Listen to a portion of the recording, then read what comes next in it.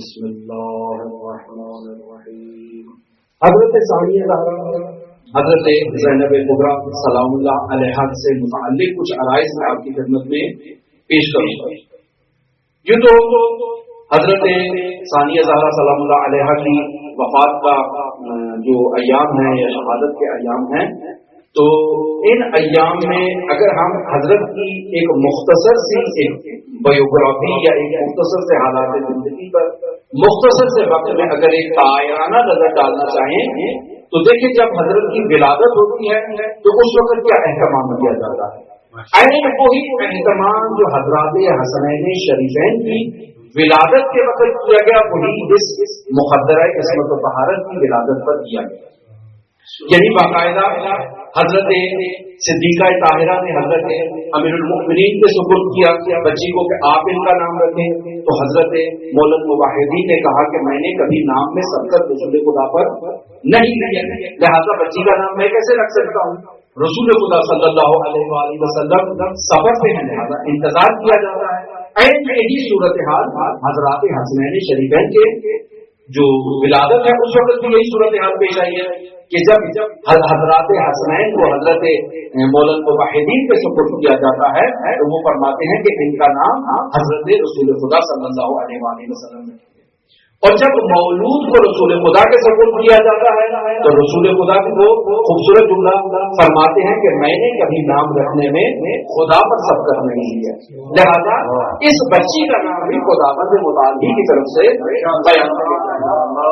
اب ایسے میں آپ خود اندازہ لگائیں کہ جب خداوند متعال ایک ایسی مقدرہ کا نام ہے کہ جو خمسہ طیبہ کے درمیان آ رہی ہیں اور اس خمسہ طیبہ کے خصائص کی مالکہ ہے، یقینی بات ہے اس کا نام کوئی معمولی نام نہیں ہوگا اور اس کی اہمیت اس کا مقام جسے جائیداد کہتے ہیں کوئی معمولی موقعیت نہیں ہوگی، لہذا زینب نام رکھا گیا اور اس زینب نام سے متعلق 3 قسم کی وجوہات بیان کی گئی ہیں علماء کی جانب سے۔ پہلی وجہ یہ بیان کی جاتی ہے کہ زینب یعنی زینب یعنی باپ کی زینت، اور پھر کہتے ہیں کہ اب سے مراد فقط مولانا موحدین نہیں ہے بلکہ مراد ابوین ہے، یعنی یہ فقط باپ کی زینت نہیں ہے بلکہ باپ کے ساتھ ساتھ ماں کی بھی زینت ہے۔ ایک ایسی مقدرہ آ رہی ہے کہ جو باپ کی بھی زینت ہے اور ماں کی بھی زینت ہے، تو اس میں اگر آپ اس زینت کے ساتھ ساتھ ان مطالب کو مد نظر رکھ لیں جو باپ اور ماں سے متعلق ہیں، باپ بھی اچھی ہے ماں بھی اچھی ہے، باپ بھی ملکوتی ہے تو ماں بھی ملکوتیاں ہیں۔ اب ایسے خاندان میں آنے والی بچی اگر زینت بن رہی ہے ان عرشی اور ملکوتی خاندان کے افراد کی تو یقینی بات ہے یہ بچی کو معمولی بچی بچی ہے،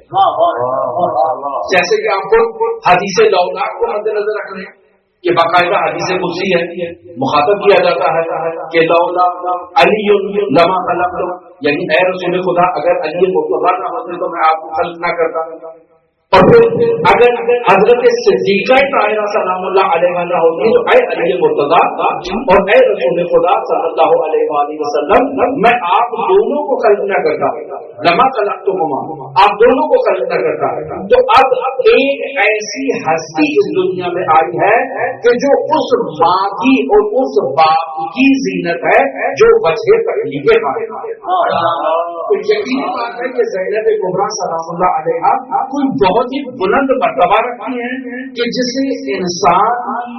عقل جو ہے وہ درک نہیں کر سکتی، اور اس مقدرہ کو درک کرنے کے لیے خود دامن عصمت کا سہارا لینا، یعنی ایک معصوم ہی اس معصومہ کو درک کر سکتا ہے، عادی بشر اس معصومہ کو درک نہیں کر سکتا، لہذا زین اب یعنی زین ابوین ماں اور باپ دونوں کی زندگی۔ اب دوسری حکمت جو بیان کی جاتی ہے وہ بیان کی جاتی ہے کہ زینب ایک ایسے درخت کو کہا جاتا ہے کہ جو ہر لحاظ سے نفع بخش، یعنی اگر آپ اس کے سائے کو دیکھتے ہیں تو سائے کے اعتبار سے بھی وہ نفع وافر مقدار میں پہنچا رہا ہے، اگر آپ اس درخت کے پتوں کو یا اس کے تنے کو دیکھیں تو اس اعتبار سے بھی مفید ہے، یقینی بات ہے اس کے جو پتے ہیں وہ بھی انسان کے لیے مفید واقع ہوں گے، اور انسان کو وہ فوائد دیں گے جو عام درخت نہیں دے سکتا، اور پھر اس کا اگر ثمر دیکھا جائے تو وہ ثمر بھی نہایت مفید اور نہایت فائدہ مند ہوگا۔ تو اس اعتبار سے زینب ایک ایسے درخت کو کہا جا سکتا ہے کہ جو ہر لحاظ سے مفید ہے اور مثمر ثمر ہے اور فائدہ بخش ہے اور مفید ہے۔ اور تیسری وجہ جو علماء نے بیان کی ہے اس زینب سے متعلق، وہ کہتے ہیں کہ زینب ایک ایسے ٹیلے اور ایک ایسی پہاڑی کا نام ہے جو ریت سے تشکیل والی ہے۔ انسان جس قدر کوشش کرتا ہے اس کی چوٹی تک پہنچنے کے لیے اس کو درد نہیں کر سکتا، یعنی انسان اوپر چڑھنے کی کوشش کرتا ہے تو وہاں سے پھسل کے پھر نیچے آ سکتا ہے، یعنی اس کنہ معرفت تک زینب بھی انسان نہیں پہنچ سکتا۔ یہ ایک ایسی مخدرہ ہے۔ تو جب ایسی خاتون ہے کہ اس کے ان تینوں جو حکمتیں بیان کی گئی ہیں علماء کی طرف سے نام کے اعتبار سے، اگر اس کو مد نظر رکھا جائے تو یہ بات خود بخود واضح ہے کہ جو باپ اور ماں کی زینت ہے اور ایسے باپ اور ماں کی زینت ہے جن کا تعلق خمسہ طیبہ سے ہے، جن کا تعلق قصاص سے ہے، جن کا تعلق کوثر سے ہے، جن کی ایک ضربت ثقلین کی عبادت سے افضل ہے، تو جان لیں کہ یہ مقدرہ کوئی معمولی مقدرہ اور کوئی معمولی خاتون نہیں ہے۔ یہ ہے ان کے نام سے متعلق جو حکمت بیان کی ہے۔ اب اس کے متعلق میں آپ کی خدمت میں عرض کروں کہ معرفت تو ممکن نہیں، لہذا مشہور معروف جملہ ہے مرحوم مامکانی کا کہ زینب وما ادراک ما زینب کیا ہے، آپ کو کیا معلوم کہ زینب کیا ہے؟ یعنی زینب کی معرفت حاصل کرنے کے لیے آپ کے اندر عصمت کا ہونا ضروری ہے، مگر نہ ممکن ہی نہیں ہے کہ آپ زینب کبریٰ کی معرفت کو پہنچ سکیں۔ اور پھر باقاعدہ علماء نے جو کتابیں لکھی ہیں، سینکڑوں کتابیں لکھی ہیں حضرت ثانیہ زہرا سلام اللہ علیہا سے متعلق، اگر ان کتابوں کا بھی جائزہ لیا جائے تو ان کتابوں میں بھی آپ کو نقص واضح نظر آتا ہے۔ کہیں تاریخ جو ہے وہ شہادت اور تاریخ وفات واضح نہیں ہو رہی ہے، کہیں پہ محل واضح نہیں ہو رہا ہے کہ یہ مقدرہ کس جگہ پر دفن ہے، کہیں پر ان کے حالات زندگی کے بہت سارے ایسے اہم واقعات جن کے بارے میں تحقیق ہونی چاہیے اور معلوم ہونا چاہیے وہ معلوم نہیں۔ خود محل دفن سے متعلق تین اقوال موجود ہیں کہ ایک مصر سے متعلق ہے کہ یہ مقدرہ مصر میں جا کر دفن ہے، کیوں؟ چونکہ مدینہ ان کے رہنے کے قابل نہیں تھا، شام ان کے رہنے کے قابل نہیں تھا، یہ مصر منتقل ہوئے اور وہاں جا کر ان کا جو ہے وہ روزہ اضحیٰ ابھی موجود ہے، لوگ زیارت کرتے ہیں۔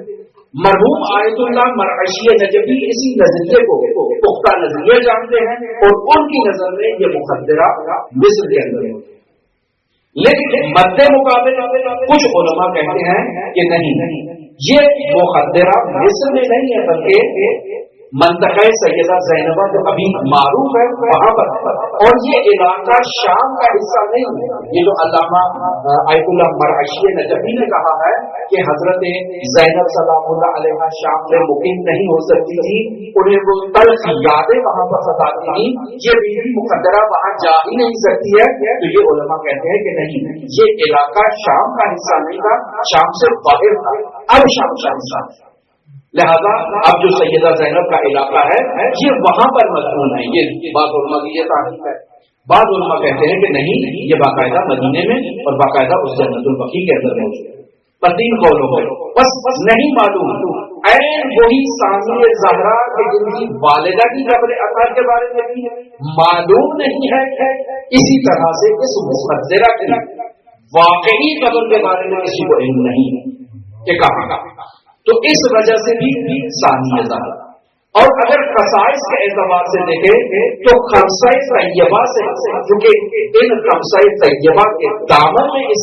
مقدرہ نے تربیت پائی ہے، لہذا تمام کے تمام خمسہ طیبہ سے اس بیوی نے فضائل کو اور معارف کو کسب کر کے ان پر عمل کر کے ان کی تجلی بنی گئی۔ لہذا ہمارے معاشرے میں معروف کہا جاتا ہے کہ ثانی زہرا، وگرنہ یہ صرف ثانی زہرا نہیں ہے، ثانی محمد بھی ہے، ثانی علی بھی ہے، ثانی حسنین شریفین بھی ہے، اور ثانی زہرا بھی ہے۔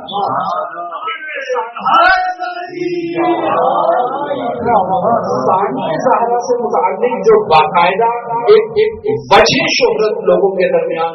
پائی جاتی ہے اور حقہ پائی جاتی ہے، اس کی باقاعدہ وجہ وہی مدافع اور مدافع امامت اور مطیع امامت قرار پانا، یعنی جس طرح حضرت صدیقہ طاہرہ فاطمہ زہرا سلام اللہ علیہا نے اپنی تمام زندگی میں اپنے امام وقت سے ایک قدم نہ آگے رکھا نہ پیچھے رکھا، ہمیشہ امام وقت کی اطاعت میں خاضع رہی، اسی طرح یہ مقدرہ بھی اپنے امام وقت کی اطاعت میں ہم وقت مصروف رہی اور مطیع رہی۔ ماشاءاللہ، اور محبت کا یہ عالم حضرت امام حسین عالی مقام سے اس پہلے نقطے کی طرف میں بعد میں پھر اشارہ کروں گا کہ حضرت امام حسین سے محبت کا یہ عالم ہے کہ جب باقاعدہ حضرت عبداللہ کا رشتہ آتا ہے اور مدد واحدین پوچھتے ہیں حضرت ثانی زہرا سے ان کی نظر، تو حضرت ثانی زہرا باقاعدہ اسی مطلب کی طرف اشارہ کرتی ہے کہ جو میرا والد، جو میرا امام، جو میرا والد، جو میرا ولی میرے لیے انتخاب کرے گا، میں اس کی مطیع ہوں اور سب تسلیم خم ہوں، لیکن ایک شرط کہ مجھے اپنے بھائی حسین سے بہت زیادہ محبت ہے، لہذا بھائی جب سفر کرے گا یا بھائی اگر کہیں جائے گا تو میں بہن اپنے بھائی کی محبت میں بھائی کے ساتھ اور اپنے کام رہوں گا۔ لہذا بعض لوگ غلط فہمی منتقل کرنا چاہتے ہیں، خصوصاً وہ اہل سنت حضرات کہ حضرت ثانی زہرا حضرت عبداللہ کی اجازت کے بغیر سفر گئی، نہیں، باقاعدہ شرط ضمن عقد نکاح حضرت ثانی زہرا کی یہی تھی کہ وہ باقاعدہ اپنے بھائی کے ہم رکاب رہیں گی جہاں ان کا بھائی ہوگا، لہذا یہ باقاعدہ اب میں ایک ایسی شرط خاتون رکھ سکتی ہے کہ میں اپنے والدین کے ساتھ زندگی گزاروں گی، میں ایسے مکان پر رہوں گی، ایسے مقام میں اور ایسے شہر میں زندگی بسر کروں گی جہاں سے میرے والدین کا گھر نزدیک ہوگی۔ ایسی شروع طے کی جا سکتی ہے کہ جو عرفان جن میں کوئی حرج نہیں ہے۔ پھر اب آپ دیکھیں یہ مقدرہ عصمت و طہارت کہ امام کی اطاعت میں، امام کی محبت میں، امام کی نصرت کے لیے اپنے گھر سے نکلتی ہیں اور اس کاروان میں شریک ہوتی ہیں جس کاروان میں اسلام کی آبیاری کرنی ہے اور اسلام کو بچانا ہے، اور خمسہ طیبہ کی ان تمام محنتوں کو ملئ عام تک اور لوگوں تک منتقل کرنا ہے اور لوگوں تک پہنچانا ہے کہ اسلام کیا ہے اور اسلام کا پیغام کیا ہے۔ لہذا تمام اس مراحل میں، تمام اس سفری مدت میں بعض لوگ حضرت ثانی زہرا سلام اللہ علیہا کی جانب سے کچھ ایسے غزل کو، کچھ ایسی چیزوں کو نقل کرتے ہیں جن سے ایسا محسوس ہوتا ہے کہ یہ مقدرہ خدائی عطا سے امام کے مد مقابل آ کر کھڑی ہوگی، جیسا بسا اوقات بعض لوگ نقل کرنے والے حضرت صدیقہ طاہرہ کے متعلق بھی ایسے نقل کر دیتے ہیں کہ وہ مولد موحدین کے مد مقابل آ کر کھڑی ہوگی، بعض لوگ نقل کرتے ہیں، یعنی آپ نے بھی یقیناً اس بات کو سنا ہوگا، لیکن حتماً ایسا نہیں ہے۔ یہ خصوصیت حاصل ہے حضرت ثانی زہرا کو، حضرت زہرا سلام اللہ علیہا کو، اور وہ اطاعت محض ہے امام وقت کی۔ کسی قسم کی جو ذاتی رائے یا کسی قسم کا ذاتی نظریہ اسے امام کے اوپر مسلط کرنے کی ہرگز کوشش نہیں۔ لہذا اگر کہیں کوئی بےتابی کا پہلو بھی نظر آتا ہے تو فوراً امام اسے جو ہے وہ اپنی امامت کے اس اصل سے باقاعدہ اس کو جو ہے وہ آرام کرتے ہیں۔ جیسے آپ باقاعدہ دیکھتے ہیں مقصد میں کہ جب حضرت ثانی زہرا اس پرآشوب ماحول میں جب ان کا دل جو ہے وہ باقاعدہ تڑپ رہا ہوتا ہے تو حضرت امام حسین علیہ السلام ان کے سینے پہ ہاتھ رکھتے ہیں تو وہ بالکل آرام اور بالکل مطمئن اور بالکل وہ سکون اور قلبی سکون کی کیفیت انہیں وہ حاصل ہوتی ہے جس کے لیے ان کی نہایت اس وقت ضرورت ہوتی ہے. اور خود مقام دیکھے ثانیہ زہرا کا کہ امام وقت کی باقاعدہ وسیع بھی قرار پا رہی ہیں اور امام وقت کی باقاعدہ امین بھی قرار پا رہی ہیں اور محافظ بھی قرار پا رہی ہے جس طرح ان کی والدہ نے باقاعدہ امام وقت کی حفاظت کی اور امام وقت کی اطاعت کی. لہذا آپ اس مطلب کو دیکھیں کہ حضرت ثانیہ زہرا سلام اللہ علیہا نے امام وقت کے دفاع میں جو قربانیاں ادا کی اور جو قربانیاں دی وہ ہمیشہ تاریخ بشریت میں انہیں یاد کیا جائے گا. باقاعدہ حضرات اہل بیت علیہ السلام کی مصیبت اور مظلومیت کے عنوان سے ان کا تذکرہ ہمیشہ قیامت تک جاری و ساری رہے گا. بلکہ خداوند متعال بھی ان قربانیوں پر حضرت زینب سلام اللہ علیہا کی احسان مند ہے کیونکہ یہ اگر قربانیاں نہ ہوتی تو وہ تمام 1,24,000 انبیاء کی زحمتیں رائے. لہذا ایک طرف سے آپ دیکھیں تو 1,24,000 انبیاء کی وہ جو محنتیں ہیں وہ زحمتیں ہیں اور جو الہی پیغامات ہیں ان کی محافظ یہی ثانیہ زہرا حضرت زینب سلام اللہ علیہا. اور اگر خاندان عصمت و طہارت میں اس خمسہ طیبہ کی زحمتوں کو دیکھیں تو اس کی بھی محافظ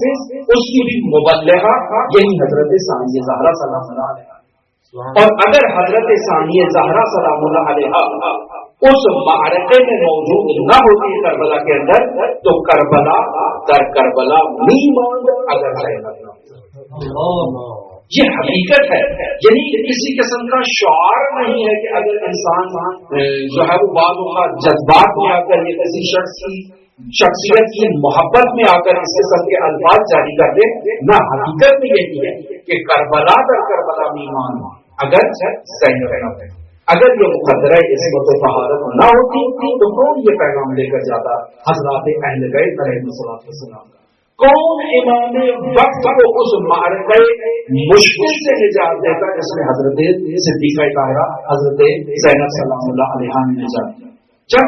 روایتیں اس سے متعلق جو حضرت زینب سلام اللہ علیہا کے دفاع سے متعلق ہے جو ہمارے رائج ہوتا ہے مصائب کا ممکن ہے اس طرح سے مصائب میں نہ پڑھ سکوں لیکن کچھ کلمات آپ کی خدمت میں پیش کرتا ہوں حضرت ثانیہ زہرا سلام اللہ علیہا سے متعلق. آپ دیکھیں ماجرہ کربلا ہوا تو اس میں پہلا دفاع شب عاشور اس ثانیہ زہرا نے باقاعدہ امام وقت کا کیا. اگر آپ دیکھیں اس اعتبار سے کہ یہ وہ وقت ہے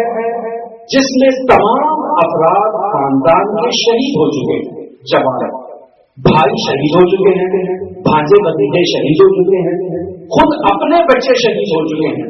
ایسے عالم میں مرحوم آیت اللہ خزاعلی کہا کرتے تھے کہ کسی بھی معمولی خاتون کا کھڑے رہنا, وہاں پر قیام کرنا, وہاں پر اس حکمت عملی کا مظاہرہ کرنا جو اس مخدرہ نے انجام دیا ہے, ممکن ہی نہیں ہے کہ کوئی عام خاتون وہاں پر کھڑی ہو سکے. یہ اس زینب کی انہیں معرفت کی طرف اشارہ کر رہا ہے کہ یہ زینب کی معمولی خاتون نہیں ہے. اپنے بھائیوں کی شہادت ہوئی, اپنے بھتیجوں کی شہادت ہوئی, اپنے عزیزوں اقارب کی شہادت ہوئی. ایسے میں جب باقاعدہ اس قیام کو آرام لگتی ہے تو باقاعدہ امام کو اطاعت کی خاطر آ کر باقاعدہ مسئلہ پوچھتی ہے کہ ہم اس خیمے میں جل جائیں یا بچ جائیں. اور جب امام فرماتے ہیں کہ مقدرات عصمت و طہارت اس خیمے سے باہر چلی جائیں تو سب خواتین باہر چلی جاتی ہیں. یہاں دو مختلف نقل موجود ہیں. ایک نقل کے مطابق یہ مقدرہ بھی باہر چلی جاتی ہے اور پھر باہر سے واپس اندر آنے کے لیے اس جلے ہوئے خیمے میں کوشش کرتی ہے. ایک نقل کے مطابق یہ مقدرہ اس خیمے میں ہی موجود ہے اور اپنے امام کے باہر نکلنے کا انتظار کرنا. اللہ یہ تعبیر ہے, دونوں تعبیروں کے مطابق بھی آپ مد نظر رکھیے تو اس مقدرہ عصمت و طہارت میں اپنے وقت کے امام کو اپنی پشت پر سوار کر کے اس معرکے سے باہر نکالا اور یہ خود اس بات کی دلیل ہے کہ زینب کبریٰ سلام اللہ علیہا نے اپنے وقت کے امام کو معرکہ حتمیہ من سے نجات دیا۔ پھر اس کے علاوہ ہم آگے چلیں کہ جب باقاعدہ یہ قیام مرتب کیے جاتے ہیں، باقاعدہ اسرا کو مرتب کیا جاتا ہے، باقاعدہ انہیں سوار کیا جاتا ہے اور انہیں باقاعدہ کوفے کی طرف منتقل کرنے کا پلان جو ہوتا ہے، تو اس مرحلے میں بھی جب اجساد شہداء سے جدائی کا خطرہ آتا ہے تو یہ مقدرہ عصمت و طہارت جب ملاحظہ کرتے ہیں کہ اس کا امام وقت اونٹ پر سوار ہے اور ایک ایسے عالم میں ہے کہ اگر اس کی توجہ اس مطلب کی طرف نہ دلائی جائے تو ممکن ہے وہ اپنے اندر جو بغض اور اپنے اندر جو غم موجود ہے اس غم کی وجہ سے ان کی روح ان کے جسد اثر سے پرواز کر جائے۔ لہٰذا یہ مقدرہ عصمت و طہارت اس وقت بھی امام وقت کو متوجہ کرواتی ہے اور ان کی وہاں پر حفاظت ہے۔ یہ دوسرا مقام۔ پھر اب آپ تیسرے مقام کی طرف چلیں کہ جب باقاعدہ اس لعین اور شقی کے دربار میں کہا گیا کہ یہ علی بن الحسین کو بھی باقاعدہ شہید کر دیا جائے تو وہاں پر بھی یہ مدافع ولایت مدافع امامت بھی آگے بڑھتی ہیں اور آگے بڑھ کے اپنے امام وقت کا دفاع کرتی ہیں اور کہتی ہیں کہ نہیں، اگر انہیں شہید کرنا ہے تو پہلے مجھے بھی شہید کرنا چاہیے۔ اور پھر ایک اور مرحلہ آتا ہے کہ جب یہ کاروان نہایت ہی سخت اور نہایت ہی مشکل مراحل سے گزرتے ہوئے آگے جا رہا ہے اور آگے کی طرف بڑھ رہا ہے تو ایک ایسے مقام پر یہ اپنا خیمہ لگاتے ہیں جہاں رہتا ہوا صحرا ہوگا، اور اس ایسے تپتے ہوئے صحرا کے اندر کہ جہاں تمام وہ غلو زنجیر جو ان کے بدن پہ ہوتے ہیں وہ لوہا ہے، بنا کر جل رہا ہے اور ایسا جل رہا ہے کہ بدن اس کی تاب نہیں رکھ پاتا اور بدن اس کی وجہ سے جل رہا ہے۔ تو ایسے میں امام زین العابدین علیہ السلام قیام کرتے ہیں نماز کے لیے اور نماز قائم کرنا چاہتے ہیں، قیام کی طرف جاتے ہیں اور قیام کا سہارا لینا چاہتے ہیں کہ اشقیاء اجازت نہیں دیتے۔ ایسے میں ثانیہ زہرا پھر امامت وقت کی حفاظت میں آگے بڑھتی ہے اور باقاعدہ امام کے اوپر سایہ کرتی ہے تاکہ امام وقت نماز ادا کر سکے۔ یہ ہے امام کی مظلومیت اور اس مقدرہ عصمت و طہارت کی امام کا دفاع کرنے کی کیفیت۔ اور جب باقاعدہ وہ محضر آتا ہے اور وہ محلقہ آتا ہے کہ جب اس تمام کاروان کو باقاعدہ شام کی طرف لے جایا جاتا ہے اور دربار میں پیش کرنا چاہتے ہیں تو وہاں پر بھی یہ مقدرہ عصمت و طہارت امام کا دفاع کرتی ہیں اور باقاعدہ ان شہداء کے سروں کو آگے لے جانے کا کہتے ہیں تاکہ لوگ ان شہداء کے سروں کو مشاہدہ کریں اور ان بھیڑوں سے دور ہو جائیں۔ اور جب وہ یزید کی زوجہ آتی ہے حضرت ثانیہ زہرا سلام اللہ علیہا کے پاس اور باقاعدہ آ کر ایک مسند لگاتی ہے اور بیٹھتی ہے اور اس طرح سے احوال پوچھنا چاہتی ہے تو ایسے میں ثانیہ زہرا سے جب وہ سوال کرتی ہے کہ آپ کون سے شہر سے ہیں تو حضرت ثانیہ زہرا فرماتی ہیں کہ میں مدینے سے تعلق رکھتی ہوں، فوراً وہ اپنی مسند چھوڑ دیتی ہے۔ ثانیہ زہرا اس سے پوچھتی ہے کہ مسند چھوڑنے کی وجہ کیا ہے تو وہ کہتی ہے کہ تم نے ایک ایسے مقدس شہر کا نام لیا ہے کہ جس شہر میں میرے پیر و مرشد رہا کرتے ہیں، میں اس شہر کا نام سن کے اس مسند پر کیسے کہہ سکتی ہوں؟ لہذا فوراً کھڑی ہوتی ہے، پھر پوچھتی ہے کون سے محلے سے ہیں، کون سے افراد سے تعلق ہے، کون سے قبیلے سے آپ کا تعلق ہے۔ اور جب تعارف مکمل ہوتا ہے تو یہی خاتون باقاعدہ یزید کی طرف لپکتی ہے اور جا کر اس لائن کو کہتے ہیں کہ تم نے خاندان عصمت و طہارت کو اس طرح سے ظلم کیا ہے اور حسین ابن علی کو اس طرح سے شہید کرنے کا حکم دیا ہے۔ اور وہ فوراً آگے بڑھتا ہے اور آ کر اپنی ناموس کی حفاظت کرنے کے لیے اپنی ابا اس کے اوپر دیتا ہے تو وہ کہتے ہیں کہ رسول خدا صلی اللہ علیہ وآلہ وسلم کی بیٹیاں سرف رہنا ہے اور تم مجھے چادر پہنا رہے ہو۔ اور وہ حضرت مقدرہ عصمت و طہارت ثانیہ زہرا بھی خطاب کرتے کرتی ہیں اور کہتی ہیں کہ کیا یہ عدل ہے کہ تیری اپنی بیوی جو ہے اور اپنی کلیزے جو ہیں وہ پردے کے حساب میں ہیں اور خاندان عصمت و طہارت کی مقدرات جو ہیں وہ اس طرح سے بے پردگی کی عالم میں ہیں. الا لعنۃ اللہ علی قوم الظالمین وسيعلم الذین ظلموا أي منقلب ينقلبون. بارہ لازم قرآن و سے اہل بیت کا واسطہ ہماری قلیل سی عبادت کو اپنی بارگاہ میں قبول و مقبول فرما. عظمت قرآن و عظمت اہل بیت کا واسطہ ان دو افراد کے نام دیے گئے ہیں یاسمین بی بی اور جہان آرا، ان کی جتنی بھی حوائج ہے ان کو اپنی بارگاہ میں قبول و مقبول فرما. عظمت قرآن کا واسطہ حاضرین جمعی اس محفل میں اور اس مجلس میں شرکت کو اپنی بارگاہ میں قبول و مقبول فرما. عظمت قرآن و عظمت اہل بیت کا واسطہ ذکر کیا گیا اسے اپنی بارگاہ میں قبول و مقبول فرما اور ہمیں اس پر عمل کرنے کی توفیق عطا فرما. عظمت قرآن و عظمت اہل بیت کا واسطہ جو مومنین اس دنیا سے رخصت ہو چکے ہیں ان کو